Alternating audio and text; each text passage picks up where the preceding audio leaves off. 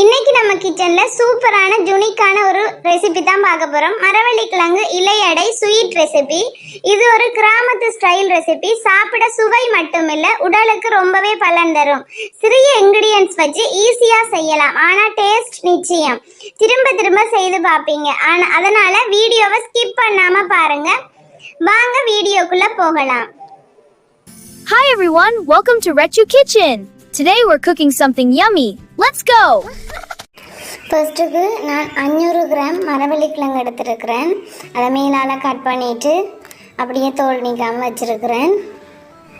அதே மாதிரி ஒரு பாதி தேங்காய் எடுத்துருக்கிறேன். இதுலேயும் நான் கொஞ்சமாக தான் திருவி எடுக்கப்போம். இது 250 கிராம் சர்க்கரையை கொஞ்சம் பொடியாக எடுத்துருக்கிறேன். இதையும் திருப்பி நான் மிக்சியில் அடித்து தான் எடுக்க போகிறேன். இதை இடித்து எடுத்து நான் திருப்பி மிக்சியில் அடிக்க போகிறேன், நல்லா பவுடராக பண்ணுறதுக்கு. இனி வாங்க இப்படி செய்கிறேன்னு சொல்லி பார்ப்போம். ஃபர்ஸ்ட்டுக்கு மரவள்ளி கிழங்க பெரிய பெரிய துண்டாக தோலை நீக்கிட்டு கட் பண்ணி போட போகிறேன்.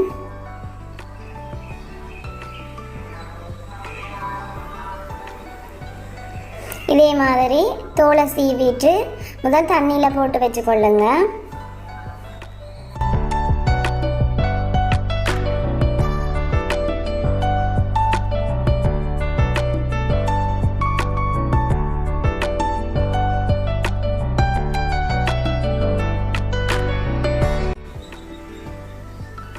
ஓகே, இது நல்லா கழுவி எடுத்துட்டு இப்படி கேரட் சீவிர தட்டு எல்லா வீட்டையும் இருக்கும்.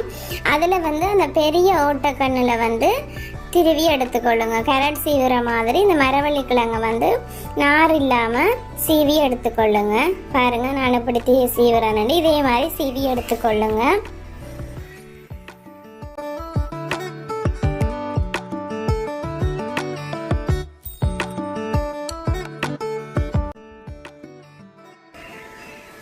பாருங்க, இதே மாதிரி நல்ல மெல்லிசா துருவி எடுத்துக்கொள்ளுங்க.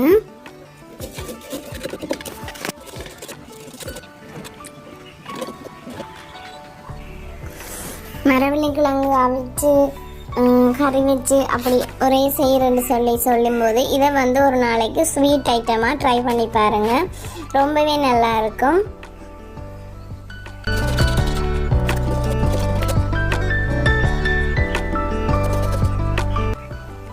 பாருங்க, இதே மாதிரி நான் இந்த எல்லா மரவள்ளி கிழங்கையும் துருவி எடுத்துட்டு வந்துட்டேன். இது இப்போ இந்த ஈரத்தன்மையோடு இருக்கும். அதனால ஒரு நல்ல வெள்ளை கொட்டன் துணியில் இந்த மரவள்ளி கிழங்கை போட்டு நல்லா அதில் உள்ள சாரெல்லாம் நாங்கள் புழிஞ்செடுக்க போகிறோம். அப்போ தான் அது அந்த புட்டு பதத்துக்கு ஈரம் இல்லாமல் இருக்கும்.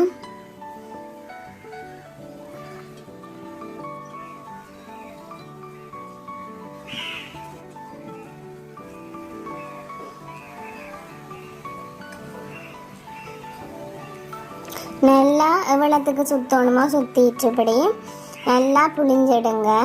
பாருங்கள், அந்த சாறு எல்லாம் அப்படியே வரணும்.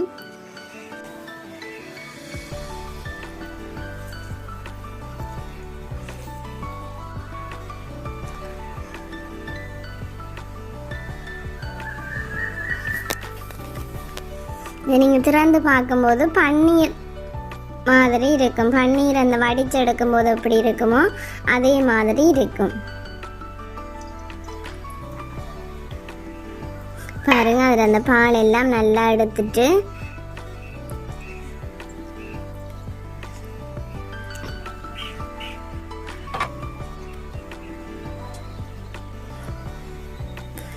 இதை இனி நல்லா உதுத்து விட்டுட்டு இதில் இனி நாங்கள் சர்க்கரையெல்லாம் சேர்க்கணும். பாருங்கள், இப்போ ஈரத்தன்மை இல்லாமல் நல்ல உதிரி உதிரியாக இருக்குது.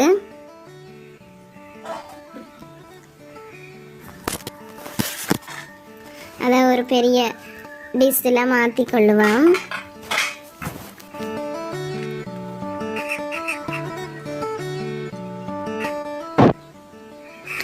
நான் அந்த மரவள்ளி கிழங்கு சீவின அந்த கோப்பையிலேயே தேங்காய் துருவி எடுக்க போகிறேன். இதில் நான் கொஞ்சமாக தான், ஃபுல்லாகவே எடுக்கல, அதனால் கொஞ்சமாக தான் எடுக்கிறேன் திருவி.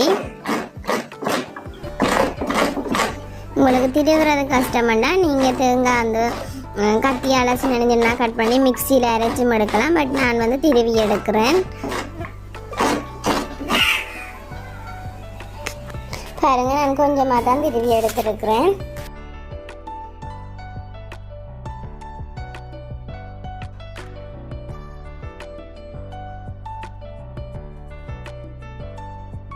இனி நான் சர்க்கரையை இன்னும் நல்லா பவுடர் பண்ணணும். அதனால நான் மிக்ஸி கப்பில் போட்டு தான் பவுடர் பண்ண போகிறேன். பாருங்க இதே மாதிரி மிக்ஸி கப்பில்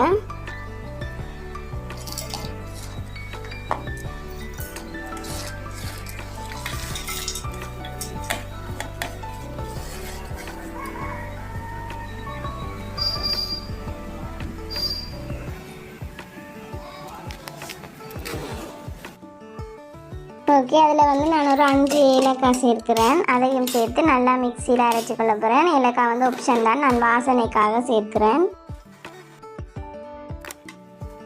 இதே மாதிரி சர்க்கரையை நல்லா பொடி பண்ணி எடுத்துக்கொள்ளுங்க.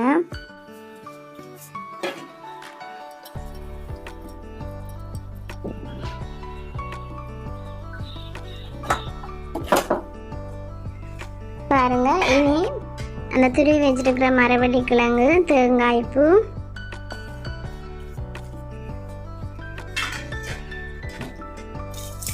சர்க்கரையையும் சேர்த்து நல்லா பிசைஞ்செடுக்கணும்.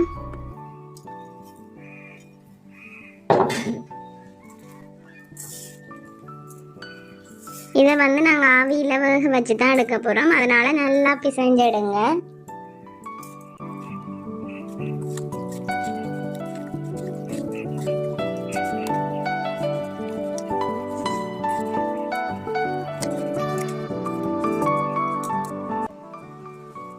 இதே மாதிரி வாழை இலை எடுத்துக்கொள்ளுங்க. வாழை இலையில் செய்தாதான் அந்த வாசமும் சேர்ந்து நல்லா டேஸ்ட்டாக வரும். இது சூப்பரான ஒரு ஸ்வீட் ஐட்டம். கிட்ஸுக்கு ரொம்பவே பிடிக்கும். அதனால தான் வாழை இலையில் செய்யுங்க. கையில் நல்லா எண்ணெய் தடவிட்டு கொஞ்சமாக எடுத்து கையில் இந்த ரோல் ஷேப்புக்கு இப்படி வச்சுட்டு அதை வாழை இலையை நல்லா சுருட்டி வச்சிட்டிங்கன்னு சொன்னால் நல்லா உங்களுக்கு வெந்து வரும். இதே மாதிரி நல்லா உள்ளுக்கு நல்லா ஸ்டஃபிங்கை நல்லா உள்ளுக்கு வச்சுட்டு அப்படியே ஸ்டீமரில் வச்சு வேக வைங்க.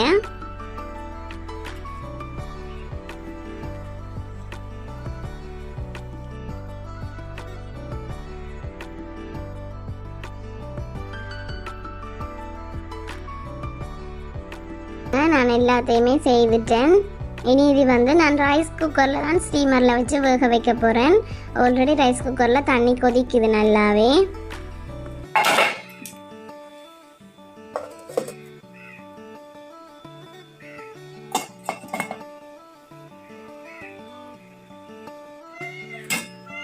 பாருங்க இப்போ கொஞ்சமாக வெந்து வந்திருக்கு. அந்த வாழையில நிறம் எல்லாம் மாறி வந்திருக்குது. உங்களுக்கு பார்க்கவே தெரியும்.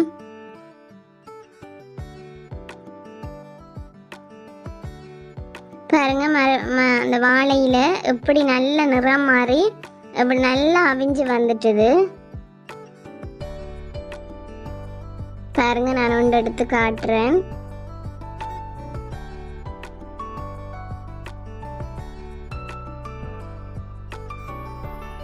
எவ்வளோ ஜூஸியாக அந்த சர்க்கரை எல்லாம் சேர்ந்து சூப்பராக ரெடியாகி வந்திருக்குது.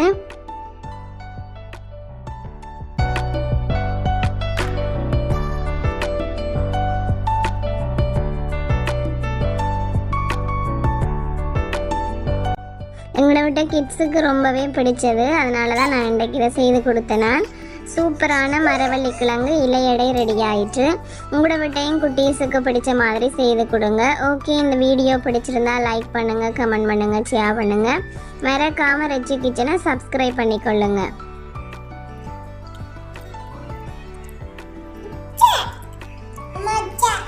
தேங்க்யூ. நெக்ஸ்ட் வீடியோவில் சந்திப்போம்.